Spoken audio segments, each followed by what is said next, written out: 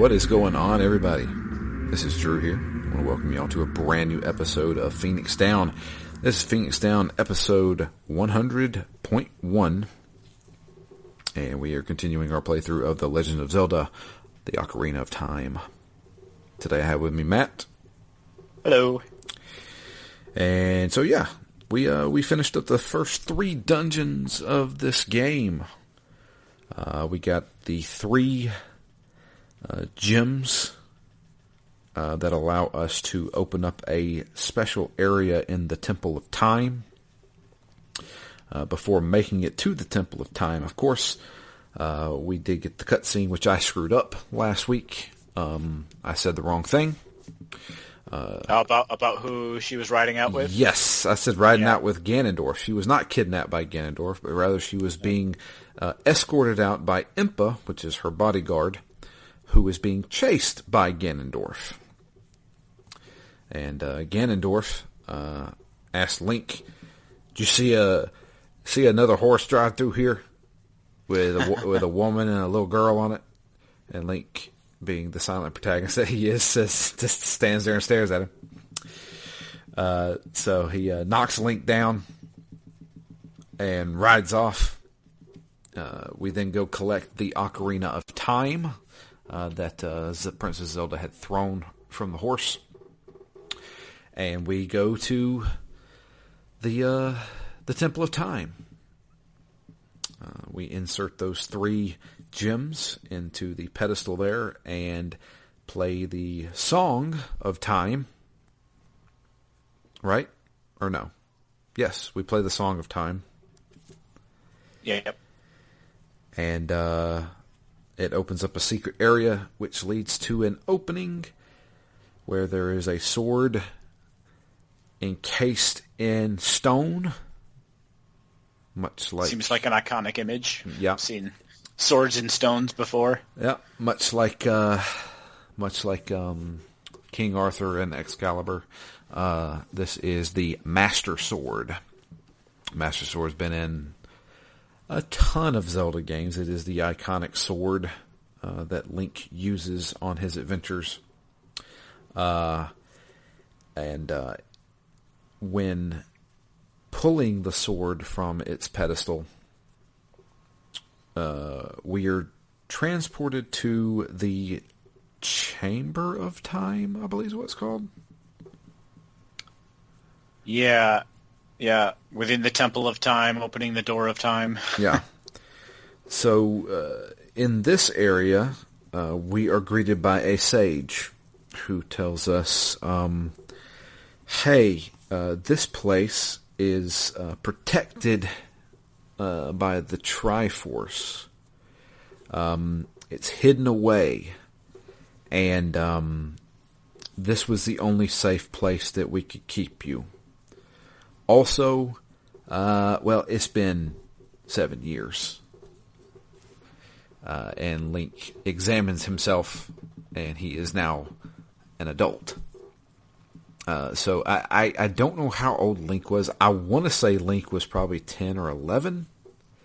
And now, that was my guess. Now he's like 17 or 18, so he's like a late teen.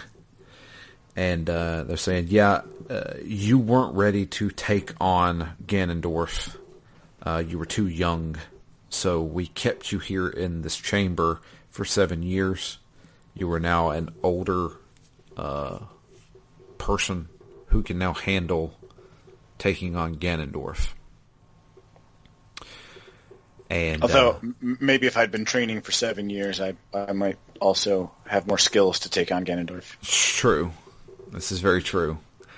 So the sage tells us that we need to go find out the other sages. In fact, there is 5 other sages that we need to get in contact with. One for the forest, one for the mountains, one for the lake, one for the desert, and then one for I don't know where, I can't remember. But it's basically the forest, the fire, the water, the light, and the shadow temples, basically. And we need to awaken these sages' powers so that we can combine them together, so that we can use that power to defeat Ganondorf. Because a lot of things have happened in the past 7 years. And Matt, you kind of alluded to it last week. You kind of hit the nail on the head. So we don't go back in time. We go forward in time. And when we get to forward in time, we realize that Ganondorf has actually won. He is basically taken legacy over of Cain outcome. Yeah, well, he has taken over Hyrule. And it's a pretty bad place to be in. First thing you'll notice is everything is dark. Everything looks very depressing. Yeah, instead of people dancing, you've got zombies. You've got the Re-Dead running around the marketplace. The bridge, the drawbridge, is broken completely. Yet, for some reason, doesn't matter. Doesn't matter. Just kind of walk over it. Yep. And they tell us, well, the first thing we should probably do is go check out Kakariko Village. That's one of the kind of the last safe havens. And so that's where I head. I head to Kakariko Village. Yeah, I wanted to start doing some side missions here, but I ran into some issues because I apparently had to do some things as a child that I assume I'll be able to go back and do, but could not at the moment. Like what? Like I wanted to get the horse. Okay. Epona. But apparently I needed to talk to the girl in the horse pen beforehand, because now when I went back, the gate was locked shut. Maybe it was a time of day thing. I don't know. Maybe I just didn't. If you go if you go during the day, I know how to get the horse. How did you pronounce the horse's name? Epona? Epona? So when I was a kid, I remember getting into a heated argument with another kid in my class because I apparently pronounced the horse's name wrong. I called it Epona as well. And he said, no, it's Epona. Epona? Yeah. I still don't know how to pronounce this horse's name. I still call it Epona. I was kind of somewhere in the middle. I think my emphasis was on the pone rather than the E. Epona. So like Epona? Epona. I don't know. Epona. Epona. Insurance. Yeah. I don't care. But I will say I did not get the horse either. And it's not from a lack of trying. I have not rage quit a video game in a while. Holy crap did I get pissed off at my 3DS. So it's hard too, because that thing could be easy to throw. Well, yeah. So what I did was I was leaning back in my chair and I was holding it up and I just kind of threw it into my lap. It's like, Jesus Christ. I did actually just in general have some minor issues with the 3DS. How so?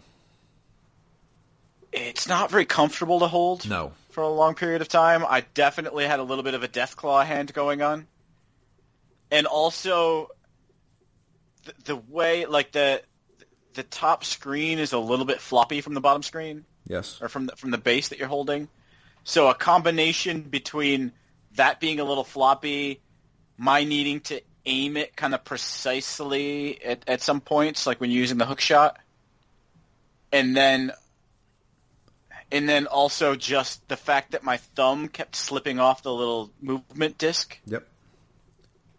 Like, I was trying to play it while leaning back, and those three things were exacerbated to the point where it was just difficult. I had to like train myself that I can't play this game while sitting in a comfortable position. I have to be leaned forward so that the gravity holds the screen open just a little bit more. I don't like it. It doesn't rest against my thumb as much. It rests more against the back of my hands. And I feel like for many games that doesn't matter, but for this game, due to the precision needed and some of the controls and stuff, I really had to change the way I held the game and the way I sat on my couch to play it. So, what 3DS are you playing? The new 3DS? The new 2DS XL. Okay. So I'm playing on the standard 3DS, not the XL, nothing like that. So it's a little small thing. Yeah. I have it in my hand right now. So when trying to Z-target something, holding up your shield, moving and holding and pushing buttons, that is like some freaking finger gymnastics that I cannot pull off sometimes. And I feel like I'm going to break this 3DS the way I'm holding it. But it's definitely it's challenging to say the least. But I wouldn't say it was like game breaking, but it was like I had to take notice of it multiple times while playing. Like I had to just reposition myself intentionally. Yeah, I couldn't just be comfortable playing. Yeah, ooh man. But I rage quit during the trying to get the horse. Because you have to win a race. You can't just win a race. All right. So you can't just win a race against this guy. You have to win 2 races. The first race, easy. And it's betting. I'll bet you, I can't remember, like 30 or 40 rupees that I can beat you in a race. You win, right? So you pay the money to do the race.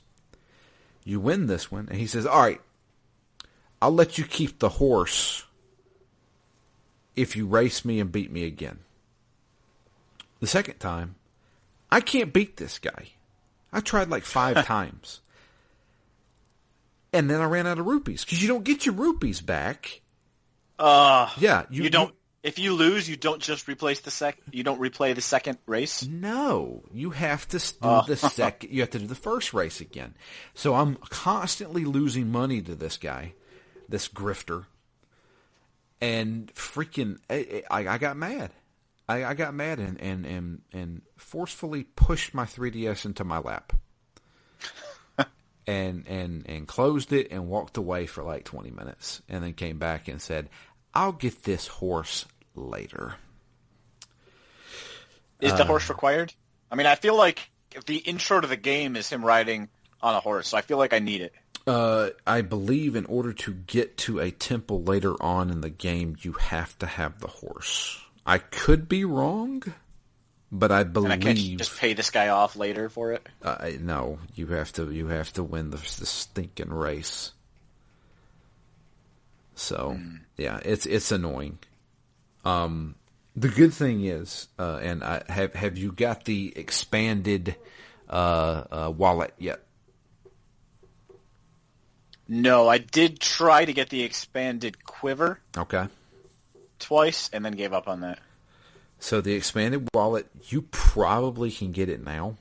I'm sure you went into Kakariko Village and ran into the house that's full of the spiders.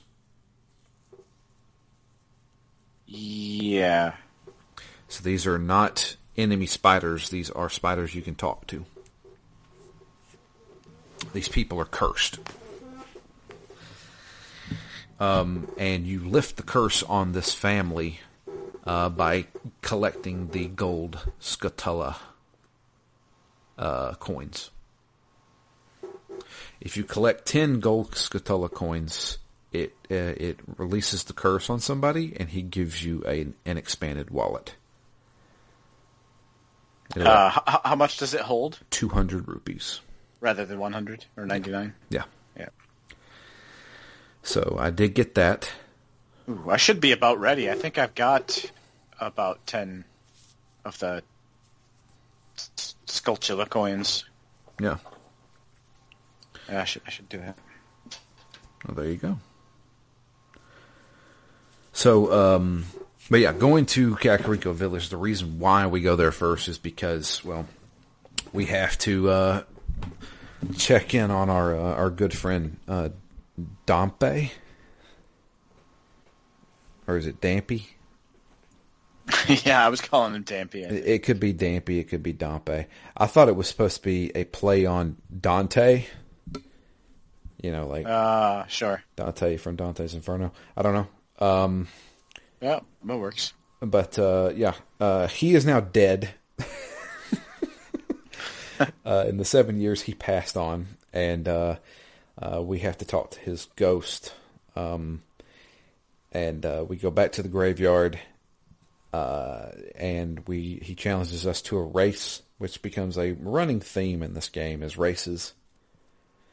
But yeah, and if we beat him, or if we follow him properly through this maze, he gives us the hook shot. The hook shot is really nice. It basically replaces the boomerang. So young Link has the boomerang, while adult Link has the hook shot. They both kind of do the same thing. They both can grab things and bring them to Link, as well as stun enemies for a short period of time and freeze them in place. And you don't have the choice, right? I'm pretty sure I can't use the boomerang as an adult. No, you cannot. That is only for young Link.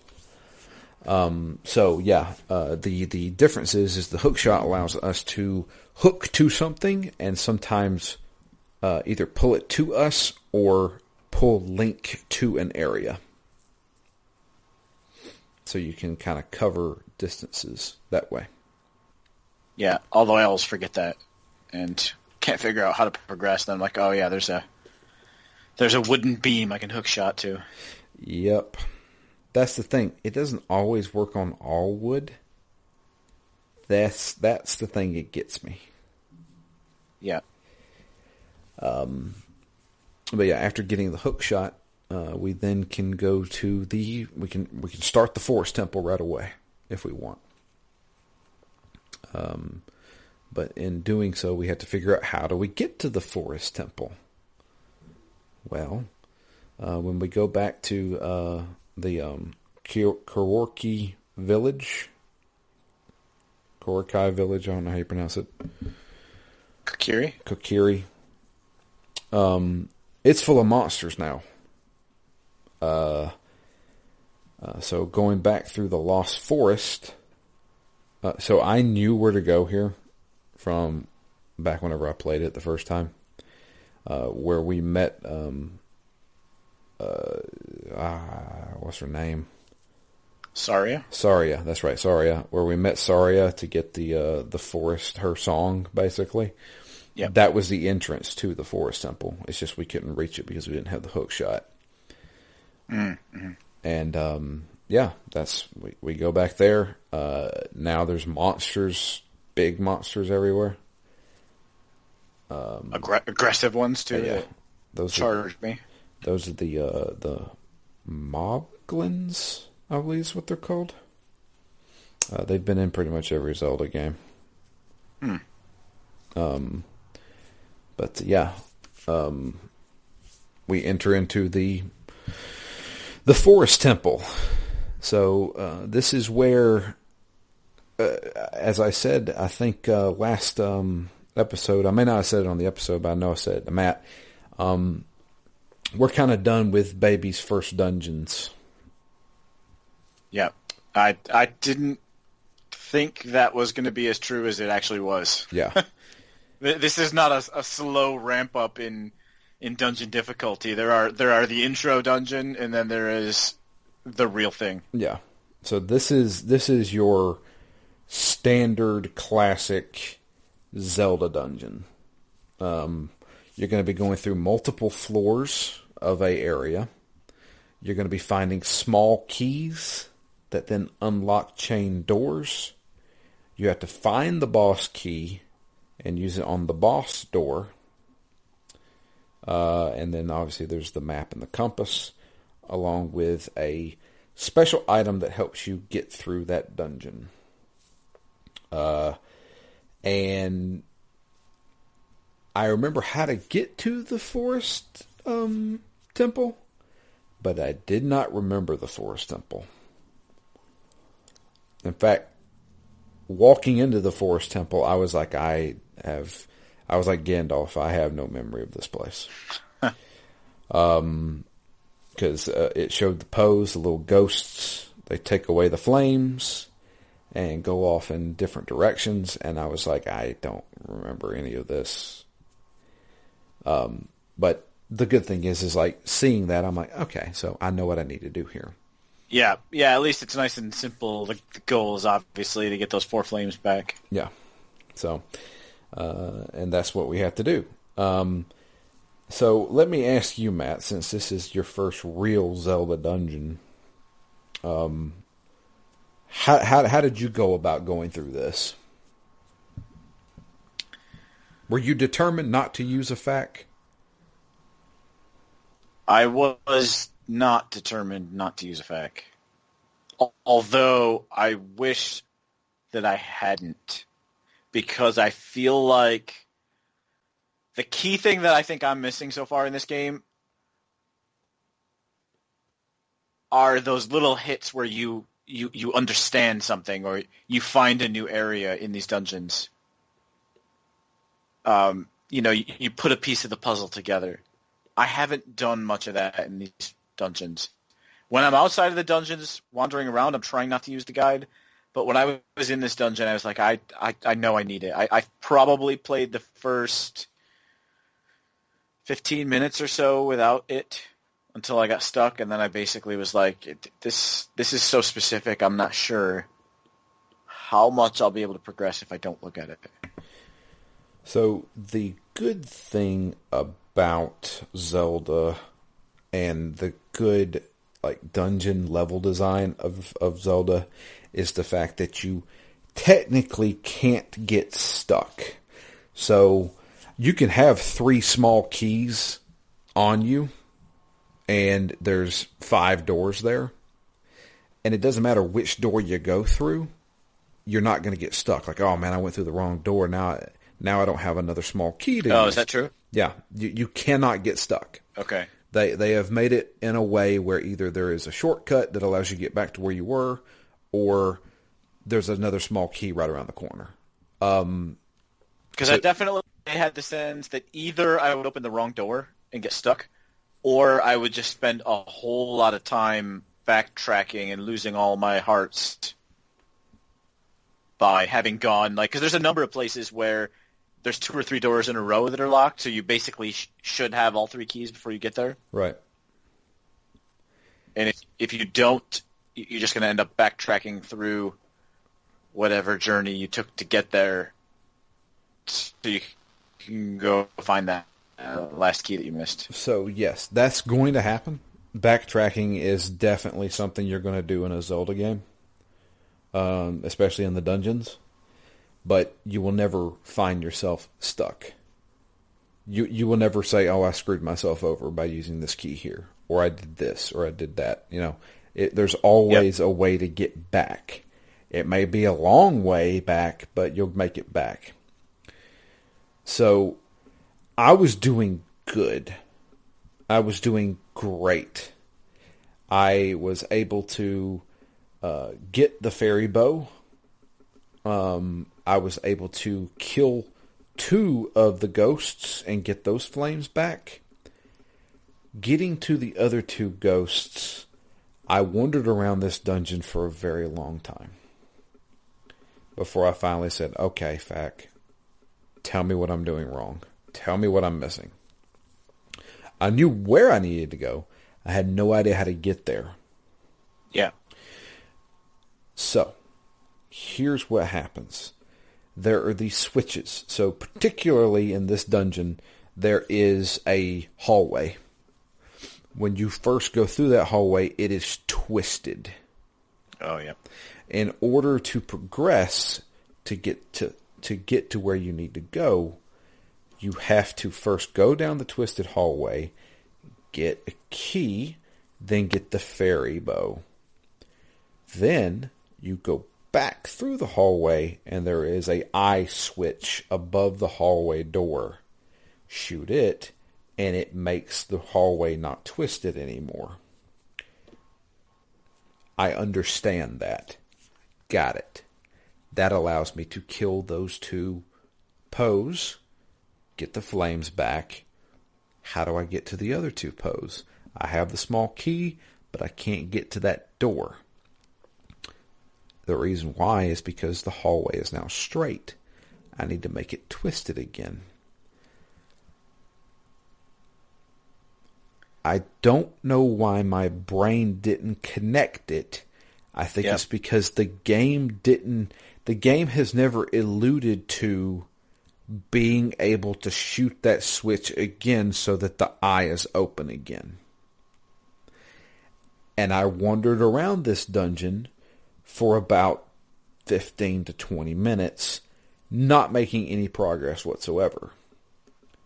I looked at the FAQ and it said, oh, you need to make the hallway twisted again, which I knew I needed to, but I thought there was a different trick to it. No, the trick is go back, shoot that eye thing again.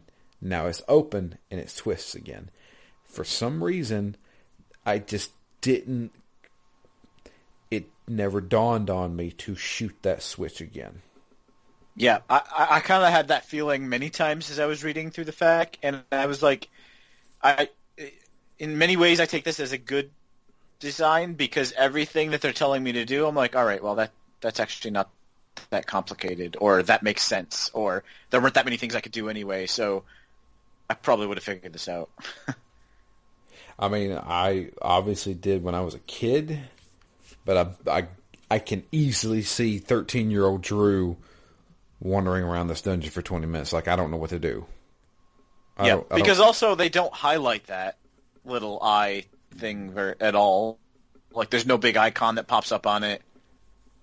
I feel like it's easy to miss things in this game. It can be. I can't remember if, does Navi fly up to it and turn green? Yeah, she probably does. That's usually like, hey, check this thing out. But does she always, like, if I click through that, will she do that the next time I come to it? That I don't know. I think it's hit or miss on that. Yeah. But after I was able to rotate and retwist the hallway, easy peasy. I ran right through this. Yeah, and I do think that one of the things the game seems to do really well, in my perspective, is that that Uncharted effect of showing you where you need to go and what you need to do. Like when you walk into this in the 4 pose, take away the 4 flames, it's clear from the moment you're in here what your kind of overarching goal is. And even when you're out on the world map and you can see things that have changed, you can see the areas in the distance. Like it does a good job of almost like visually foreshadowing some things. Yeah, and that's one thing I feel like Zelda's always done really well. Yeah, that's really cool to see, because I guess I don't really expect that from games of this era. The important thing is that in Zelda you have to have that, otherwise you'd be lost. Yeah. Oh, I guess the other thing is also that you know the structure, right? So like so many times you said this is what a Zelda dungeon is like, with the keys, and knowing that you're going to need to find a boss key. Like I didn't know that I would need to find a boss key in every dungeon, but and you can sometimes see that boss key chest before you can get to it, right? Yeah. So there's that kind of foreshadowing as well. And since you already know that's a key part of the dungeon, and now you can see it, you can almost like, it's almost like the fog of war or a scratch off, where you can scratch off certain pieces even though you can't get to them yet. Like I can make a mental leap from finally being able to open this chest to getting back to the boss door. I know where both of those things are, but I don't know how to open the cage that the chest is in, for example, right? So I like that you can kind of put some pieces together and it doesn't all have to happen linearly. Right. That they do that a lot. That's like definitely like a Zelda thing of like, I need to make a mental note of this because I will be coming back here. Yep. I do feel like this game, I mean, some other games do it as well, but I do kind of feel like I should be playing with a notepad to remember in this room there was something I needed that I couldn't get.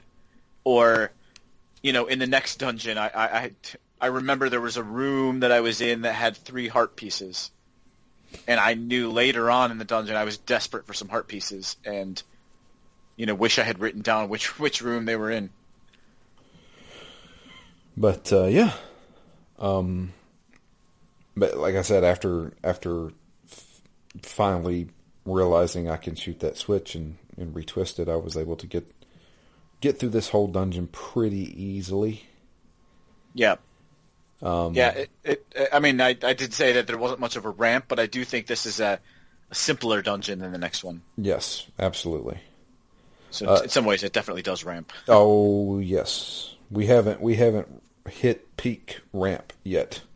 We have not hit the apex. The apex is the water temple. Yeah. So, but yeah, did you find the boss difficult at all or anything like that? No, I haven't found the bosses to be anywhere near as difficult as figuring out what to do in this game. So, did you use the fac for the boss? Yes. Okay. So, the boss of the Forest Temple is actually a shadow imposter of Ganondorf. So the theme of the Forest Temple are these paintings, and when you reach the boss area of the Forest Temple, there are multiple paintings on these walls in this circular arena. And a shadow version of Ganondorf on a horse shows up and starts going through the paintings. And you can see him running through the painting and then coming out of it. And you have to shoot the correct Ganondorf with the bow. And doing so will stun him. You'll know which one's the real one because he glows a purple aura. Interesting. Yeah. I just waited because one of the two also gets up to the painting and then turns around and goes back into the painting. Right. And then the other one takes this extra couple of seconds to emerge through it. Yeah. So I guess I wasn't really looking at the color as much as I was which one doesn't flinch. Right. So, shooting. So there's 2 phases to this boss fight. Shooting him knocks him off his horse. You can then run up to him and slash him a few times. After doing that about twice, he goes into a second phase, which is him off of his horse and now floating in the air. And he is shooting this energy orb at Link. So instead of blocking it with your shield, what you want to do is slash at it with your sword and get into a tennis match with him. You slash it at him, it either hits him or he slashes it back at you, and it's back and forth until it finally hits Getting him. faster and faster. Yes. Like your combo move in the Mario and Luigi RPG? Yeah, a lot like that, actually. But then after hitting him a few times with his energy orb, he finally goes down. Ganondorf himself, you can hear him kind of telepathically talking to his shadow, saying that he was useless. And he's like, yeah, this is just a taste of what you're going to get, kid. Yes, bad guys don't have a lot of patience for their lackeys' mistakes. Really. So, yeah, we get another heart piece, or a whole heart container, excuse me. And then we meet the Sage of the Forest Temple, which, big surprise, who could it be? The only other person that we've actually talked to in the forest for any significant amount of time. Which, did she say that she went to the Forest Temple or something like that? I can't remember. There was either somebody told us or we found something. I remember distinctly saying that she went to the forest temple for some reason. Yeah, and then stayed there for ages, right? Yeah. But Saria is there. And she is the forest sage. She gives us her medallion, which then gives us the power of the forest. And we now move on to the next dungeon. And it is highly suggested that you go to the fire temple next. Yep. Is there the option to go anywhere else at this point? No, not in this game. Most Zelda games are actually kind of linear in that sense. There is one Zelda game. It's a Link Between Worlds. It does something completely different in a Zelda game, and I think it's fantastic. So instead of you getting items from a dungeon and using them for specific things in that dungeon, the very beginning of the game, there is a shop that sells all these items, and you can rent them.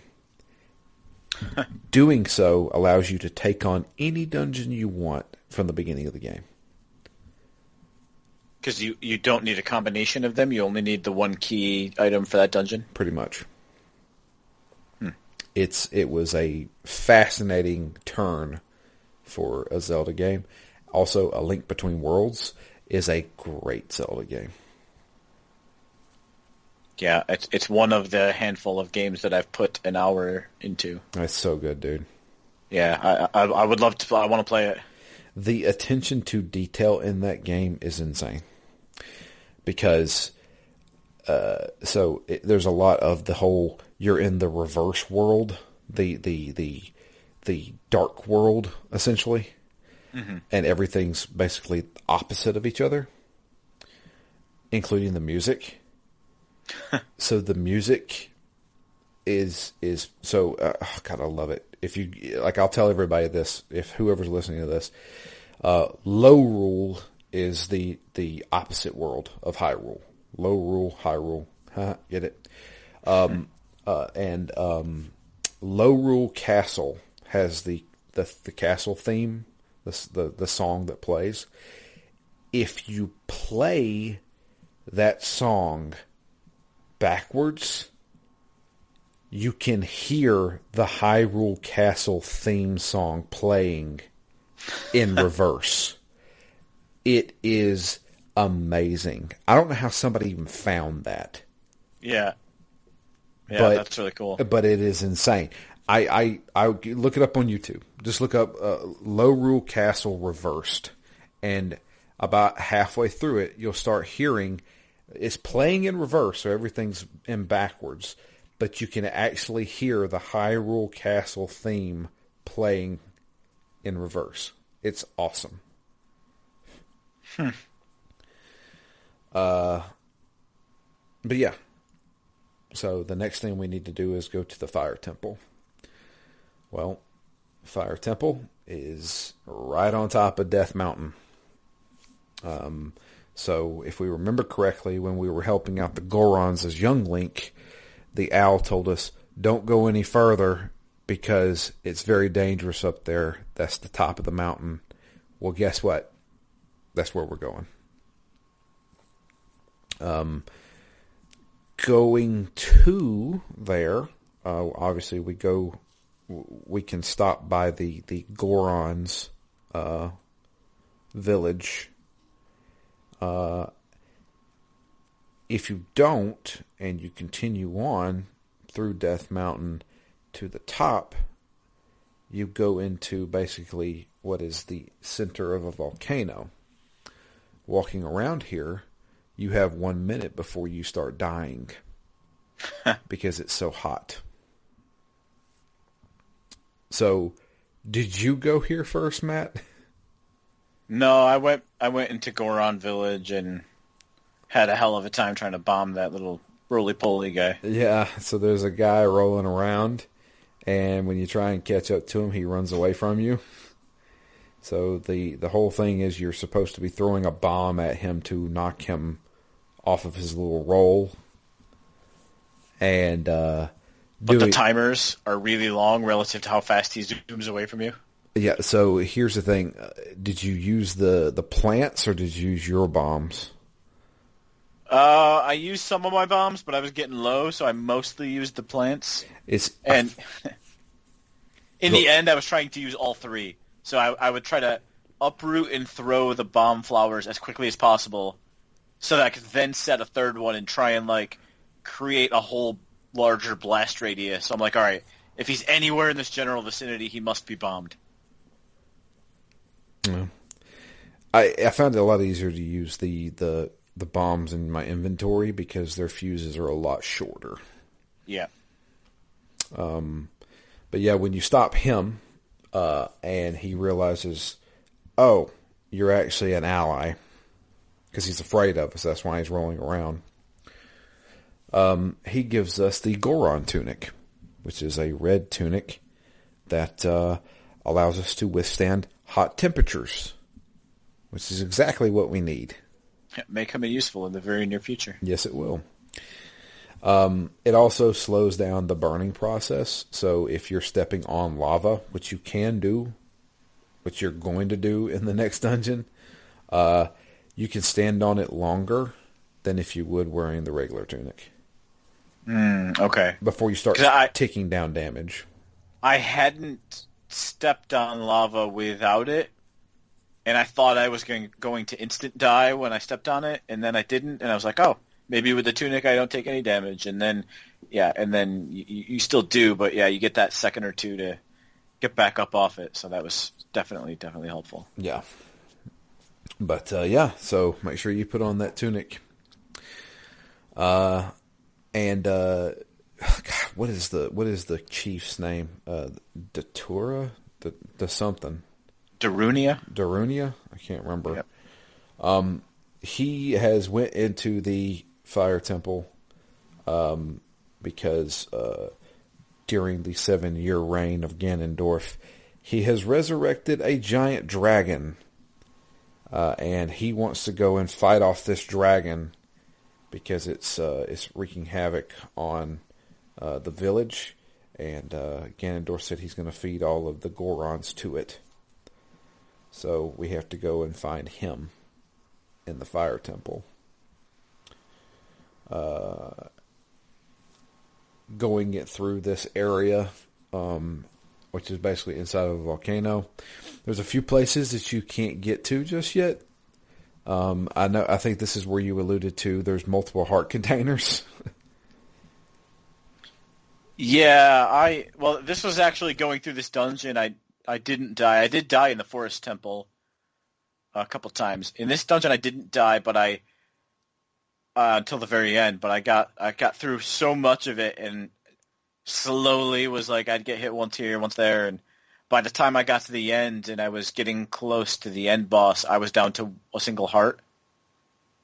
And I died on the boss and restarted, but I couldn't get more than 3 hearts. So having restarted with 3, I was like, all right, I don't want to go back in and fight this boss until I can boost up a lot. So maybe I just keep killing bats over and over and over again. But I had remembered that there was at least one room, and I think there may even be more than that, with multiple heart pieces. So after I finished this dungeon, I basically took a wander back through the dungeon, just trying to gain life. Gotcha. So I was meaning pieces of heart. So like the heart containers that are split. Yeah, those, I haven't gotten one of those in ages. I don't think in this whole recording. Oh, wow. There's a few that you can reach. Yeah, so Fire Temple. This was the big boy. This was the temple that I was like... So, I did something stupid. It was my fault, and I completely agree with that statement. I know I screwed up, but in doing so, it made me have to backtrack all the way through it again. I did not use the fact for this dungeon because for the most part, it's kind of straightforward. You go forward, you can't progress. Okay, well, I went by a couple of doors. Go through this door. Oh, got a small key.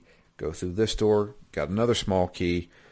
So the small keys are pretty much all where the Gorons are. So there's multiple Gorons that are locked up, and you have to release them. The chief himself, he is in the dungeon, and he's going after the dragon itself. He tells Link, "Go help out my guys. They need to be freed from their prisons, and I'm going to go take on the dragon itself." So that's kind of what our job is. We can't make it to where the boss is until we go and get all these keys, because we got to get the boss key. And the boss key is essentially, you can see the chest. It's almost in the first room you run into. Yep. And it's the last thing you'll get. Yeah, which was kind of cool. So the item of this dungeon that we get is the Megaton Hammer, which is another melee weapon where we can slam a hammer down on the ground, and it does a lot of damage. It also has the ability to move certain blocks, as well as you'll run into switches. So there's a lot of switches in this game. Step on a switch, it activates something. Sometimes the switch will decompress, and you have to put something on top of it, like a box. And then there's some switches, particularly in this dungeon, that are rusted out, and even if you step on them, they don't press. Well, with the Megaton Hammer, we can slam the hell out of it. So that's the item that we're trying to get. The Megaton Hammer is at the very top, 4th floor of this dungeon, and it will take you a while to get there. You're going from room to room, getting small keys. All the small key treasure chests are with a Goron that is locked up. So the goal is to find a way to unlock the cage that they're in, get the key, and then move on to the next door. And you're going through 4 floors of a dungeon. So I was able to make it to the Megaton Hammer. I got the hammer, and now you descend.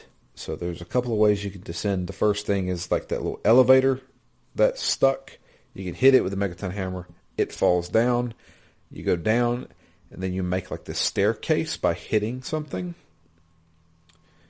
Yep. So I missed a room around there and just jumped back down to the first floor. That room had a small key that I needed. And doing so, I was like, oh, I'm missing a small key to get to the boss key. And I don't know where that small key is.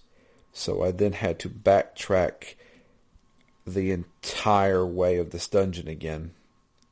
Because I originally thought, well, maybe the first or second floor has something that I can use this hammer for. So it wasn't me, I got to climb all the way back up to where I was because I know where I need to go. It was me going, let's explore all of the first floor. Yeah, room by room. Let's explore all of the second floor. And it just kept, I was like, oh my God, this took forever. But I finally found it. Yeah, I had a little bit of backtracking. There's that super narrow circular staircase that leads right up to the Megaton Hammer. Yep. Yeah, I definitely fell off the inside and down into that giant cylinder. Yeah, that's not fun. That was a hefty backtrack. And then after I got the Megaton Hammer, I had one part where I fell all the way back down, and I was just like, man, another trek through this entire dungeon. But actually, because I had the hammer, I was able to just hop up a couple of boxes and I think I had already unlocked a door, so I was able to get back to where I was super quickly, which was nice. But yeah, definitely a little extra backtracking in this dungeon. Oh yeah. There's a mini boss in this one. It was a pushover. It took a little while. So it's a guy that spins around and throws fire. But what he is, he's surrounded by fire, and if you shoot your hook shot, you pull the actual monster out of the fire that's surrounding him, and then he just kind of hops around. So I'd hook shot him as soon as he popped up, and he was useless. Yeah, it looks like the longer you wait to hook shot him, maybe the more flames he dispenses. Yes. Which makes it then more difficult to hit his weak form. Yeah. So, but eventually we make it to the boss. Now, like I said, I didn't use a fact for this dungeon, even including the boss fight, but I feel like I was doing something wrong in this fight. So, this dragon, it pops up out of these fire lava holes, and it has a few phases that it goes through. The first one, it pops its head out, and it whips its hair. It's like it's a fire mane. hair, flame hair. Yeah, it's flame mane, and it will hit you. You're supposed to use the Megaton Hammer to hit it because it has like an iron mask on its face, and that stuns it, and then you can hit it with your sword. Now, the good thing is this game at least tells you when you hit something, it gives you like a sound cue that you've done damage. So I hit it with the sword, and it immediately reels back and goes away. So okay, I was like, all right, so I can only hit it once. Then it jumps up and it floats around. And as it's floating around, I'm like, can I do something here? I can't tell if I can do something here. Can I knock it out? Or if you're in avoidance phase. Yeah. Can I knock it out of the air? And then there's a part where it goes even higher in the air, and it has rocks falling. And you have to, that is definitely the avoidance stage. I don't know if there is something while it's just floating around, if there is something I can do to damage it. Because I don't think I feel like there must be. I thought the same thing because he floats so close to you. Yeah. He's only like 4 or 5 feet off the ground. I feel like either the hook shot or the bow and arrow or maybe even just a well-timed Megaton Hammer could hit him in the nose while he's flying. I don't think I managed to do that. I did try it a couple of times. But in the end, I just kind of waited. Yeah, I just waited until he rise back up and hit him one time with the sword. And I felt like I did that probably 6 times before he finally went down. I was like, all right, I get it. So. Yep. The other thing I couldn't tell is because when you hit him, when he comes up out of the hole, and when you hit him, he kind of whips his flame mane around. Yeah. I couldn't tell I don't think that ever damaged me, but I also have tried to avoid it every time. Yeah.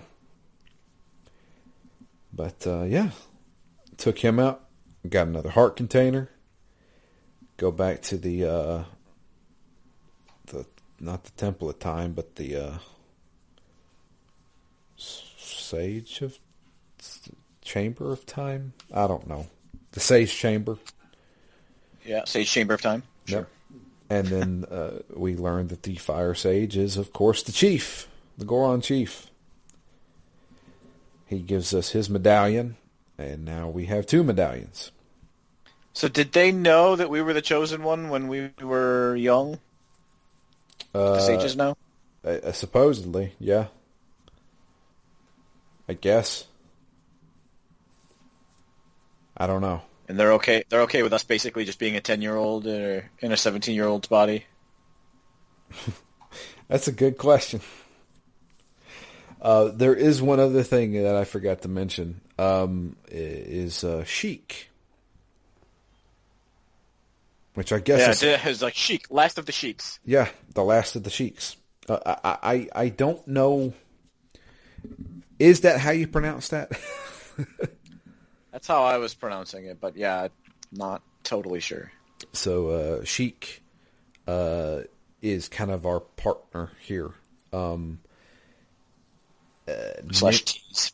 Yeah, Ninja loves to throw down like flash bombs that make Link do the exact same animation. Yeah. But we meet Sheik, and using a harp teaches us other songs, particularly songs that allow us to warp to these temples immediately. So they've been helping us out. Sheik were like, I guess, part of Impa's group. They were like the protectors of the crown.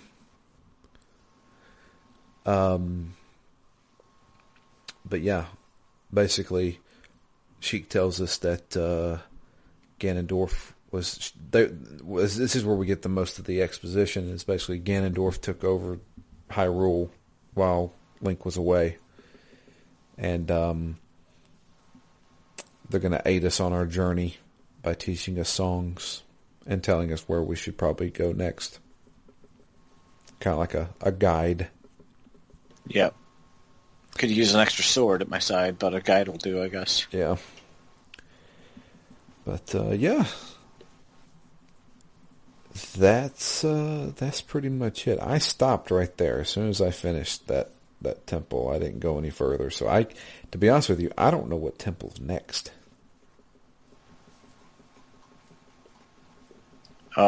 It looks like the Ice Cavern. The Ice Cavern. Looks like it may be the Water Temple. Then Water Temple next. Oh, goody. So either way, we're getting it in this next recording, huh? Yeah. So we've done Forest, Fire, Water, Shadow, and Light are the temples. So it looks like Water's next.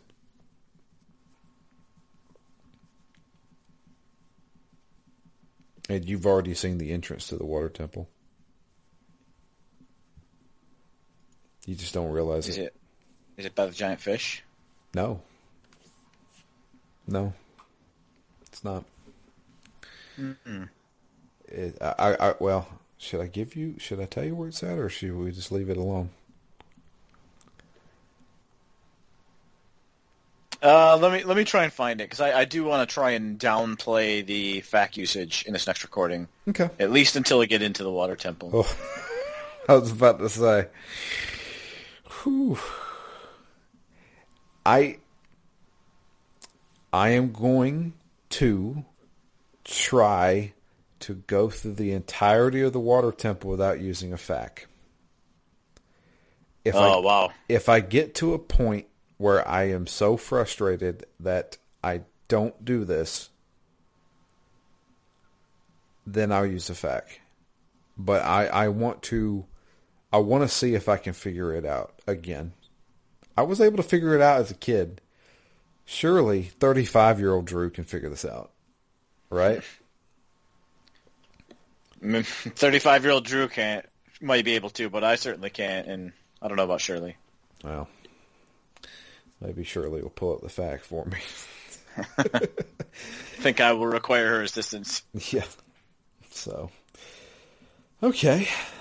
But yeah, that's where I stopped, so. Yeah, I stopped right after that. Yeah. Okay. I had actually stopped for the night just before the dragon, and then dedicated, like, I'd set aside all of last night. I'm like, I don't know how hard this boss fight's going to be. I better set aside a few extra hours for it, and then I think within like 15 minutes, I had beaten him. A lot easier once you already know what you have to do. But that's true. But I kind of thought it would also be hard to execute on that one. And once you know what you need to do, that fire boss wasn't too hard. Yeah. Okay. We do have an email. It comes in from Dustin. It is titled, "Now We're True Brothers." And it says, "Hey, brothers. First off, Zelda is not an RPG. It is One vote on that side, huh? Yeah. It is an action-adventure with subtle RPG elements. Just because you get some new equipment and some more health doesn't make it an RPG. If that's the only measure of what makes a game an RPG, then Call of Duty is an RPG, and technically you could argue every game is an RPG since you usually role-playing as something. Anywho, if I remember Drew making a comment that Zelda pulled a Final Fantasy VI, and when you transfer to Adult Link and the world is in ruin, the bad guy actually wins. I actually never thought of that before. It felt a lot more impactful in Final Fantasy VI, though, but I appreciate it in Zelda now, too. So I made my way to the Forest Temple and didn't have much trouble. I did encounter skeleton warriors and had to kill 2 at the same time as a mid-boss, so that was a bit challenging. This temple and the Phantom Ganon fight were some of my favorites as a kid. I ran out of arrows, so I had to improvise and use the hook shot with the right timing when he exited the paintings. Next up was the Fire Temple, but before I went there, I made sure I had 10 gold spiders so I could return to kid form and upgrade my wallet to 200 rupees. You do not have to go back to kid form to do that. Just FYI. I will be doing that next, I think. Went to the Goron City, and they wouldn't let me buy the fire armor since I was a kid, so I went back as an adult, and the kid Goron just gave me the fire armor. So much for making sure I could buy it. After that, I went to the summit and entered the crater. I could see the temple entrance, but couldn't figure out how to get down there. Went back to the town, and the kid was like, "Hey, move my dad's statue." I keep thinking I got to zig when I need to zag, I guess. Fire Temple was fun. Between this temple and the Forest Temple, I've been playing the Song of Time a lot to make invisible blocks appear and disappear to solve the tougher puzzles. I encountered a heavily armored knight in this temple. They hit hard, so Master Quest is more about defense and counter-striking rather than being aggressive. There was one room with a small key that I needed that I couldn't figure out.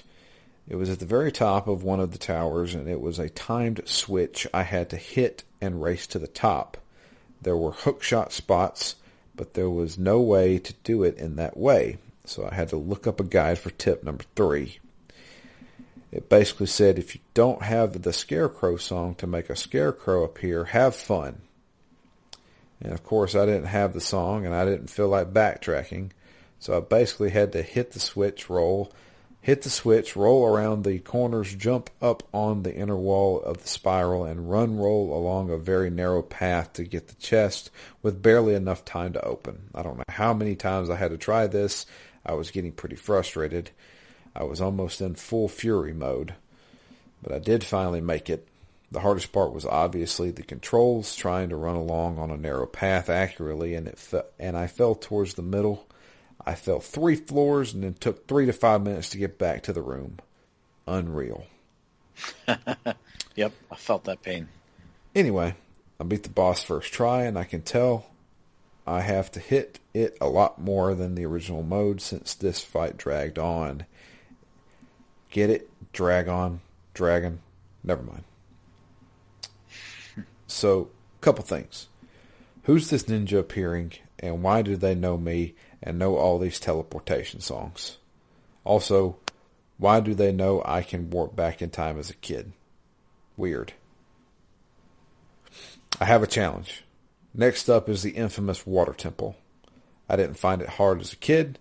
I'm challenging all 3 of us to not use a guide to get through it. Let's see if we can do it.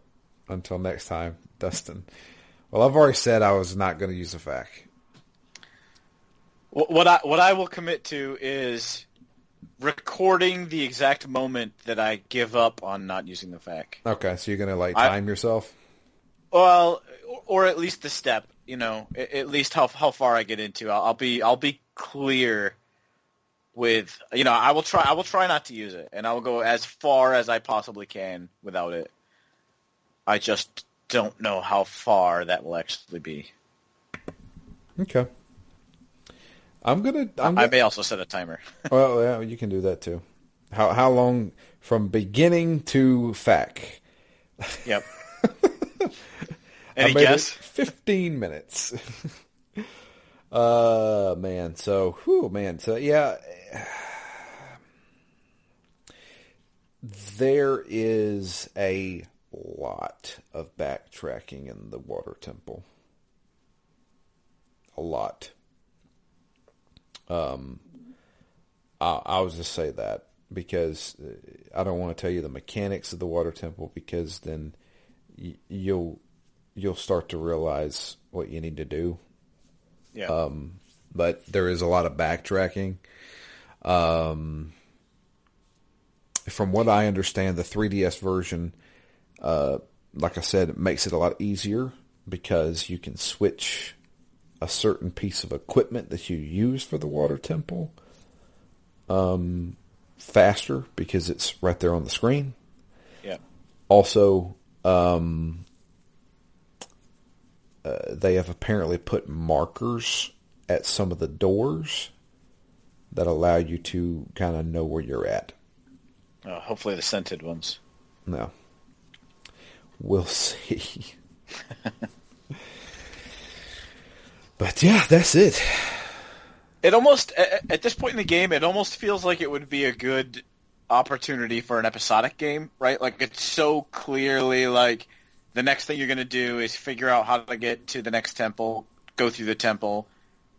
It's a little bit of a, kind of a rinse and repeat, kind of a formula that it's using. Not that that's negative, but it does. It almost feels a little bit like if I had a new temple in a new section every week, that would be kind of cool. Kind of a cool way to play this game. Yeah. I'm sure if that kind of thing existed back then, it would work. Nintendo is not really the kind of people that do that. Yeah. They create a big epic and just say, here's all of it. Figure it out. So, but yeah, no, it's I do like the kind of the carrot on the stick of, okay, here's the vague area of where you need to go. Find out how to get there. Find out where the temple is, and find out how to get through the temple. And then I like the design within it in the same way that you have hints, you have clear goals, and you just need to figure it out. Yeah. So. And each one is so themed, right? Like the forest temple is so clearly foresty, and the fire temple is very fiery. Yep. Right, so it's each one feels like its own. There's backtracking within the dungeon, there's backtracking in the world, but you know when you've started and you know when you finished this temple. That's a nice like line of demarcation. Yeah. The light temple is really cool because of the item you get in it and how you use that item. It doesn't, some games can feel a little bit samey, right? Or like a game that's too brown, right? Like you just go brown level to brown level, or this all takes place in the desert. Like this, it's so bright and it's so vibrant and it's so varied that I feel like I'm always intrigued to see what the next thing is like and the next temple is like. Absolutely. But that's it for us. I do appreciate everybody listening.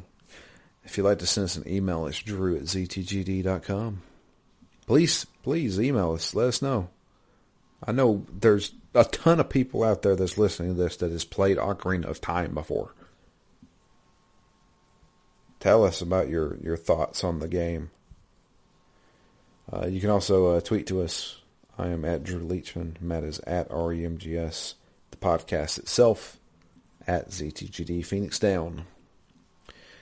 But yeah, that's going to be it for us. We're going to try and get through the Water Temple and possibly the Shadow Temple is next. I can't remember which one's after that.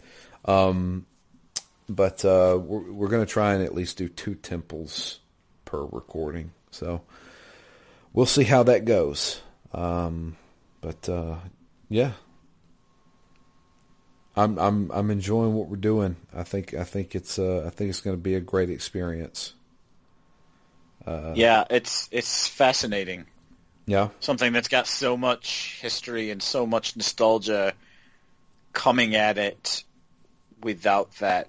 But, and kind of seeing seeing the things that are really good and must have been amazing when it came out, and then also the things that, haven't aged quite as gracefully as maybe other parts of the game. Yeah. There's definitely some rough edges around this game, but I am actually having an easier time than what I thought I would. I thought this would be a really rough game to play. But so far, I'm having a pretty damn good time with it. Yep. So. Yeah, me too. But yeah, that's it for us. We're going to get out of here. I appreciate everybody listening, and I hope you guys have a great week. Until next time, though, I am Drew. And I'm Matt. And we're on. You guys have a great week. We'll be back. See if the water temple drowns us. But we'll be back with the continuation of The Legend of Zelda, the Ocarina of Time.